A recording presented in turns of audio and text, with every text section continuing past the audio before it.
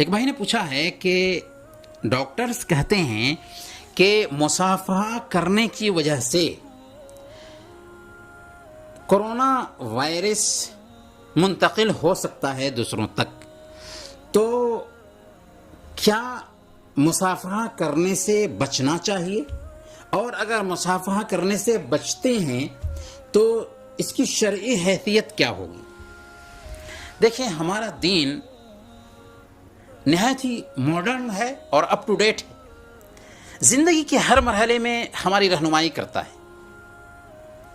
اگر اطباء نے ثابت کیا کہ کوئی بیماری متعدی ہے اور مصافحہ کرنے کی وجہ سے یہ بیماری دوسروں تک منتقل ہو سکتی ہے، تو اس وقت ہمارا یہ دین کہے گا کہ مصافحہ مت کرو۔ کیوں؟ اللہ فرماتا ہے وَلَا تُلْقُوا بِأَيْدِيكُمْ إِلَى التَّهْلُكَةِ کہ اپنے آپ کو ہلاکت میں مت ڈالو، اور یہ ہلاکت میں ڈالنا ہوا۔ اور شرعی قاعدہ ہے دفع المفسدۃ اولا من جلب المصلحہ، کہ مفاسد کو دور کرنا یا مفاسد سے بچنا مصالح مصلحت کے حاصل کرنے پر مقدم ہے۔ یعنی کوئی کام ہے، اس میں مصلحت بھی ہو سکتی ہے لیکن اس میں نقصان بھی ہے، تو نقصان سے بچتے ہوئے مصلحت کو چھوڑ دیا جائے گا اور اس کو نہیں اپنایا جائے گا۔ تو اگر مصافحہ کرنے کی وجہ سے یہ وائرس پھیل سکتا ہے تو ہم مصافحہ کرنے سے پرہیز کریں گے۔ یہاں پر ڈاکٹر سلیمان الرحیلی حفظہ اللہ، جو مدینہ یونیورسٹی کے پروفیسر ہیں، ان کا ایک ٹویٹ آپ کو سنانا چاہیں گے۔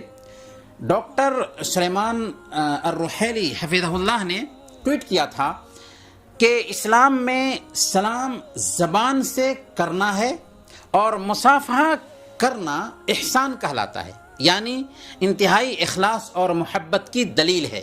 اور آج کے ان ہنگامی حالات میں احسان یہ ہے کہ مصافحہ ترک کر دیا جائے، کیونکہ مفاسد سے بچنا حصول مصالح پر مقدم ہے۔ تو پتہ یہ چلا کہ احتیاط کا تقاضا یہی ہے کہ ہم مصافحہ نہ کریں، اور اگر ہم مصافحہ نہیں کرتے ہیں تو کوئی شریعت کی پامالی نہیں کرتے۔ مصافحہ کرنے میں ثواب ضرور ہے، لیکن جب ہم کسی بیماری سے بچنا چاہ رہے ہیں اور ہماری شریعت یہ چاہتی ہے کہ ایک انسان تک بیماری نہ منتقل ہو، تو یہ بہتر طریقہ ہے کہ مصافحہ کا بائیکاٹ کیا جائے تاکہ یہ بیماری پھیلنے سے بچ جائے۔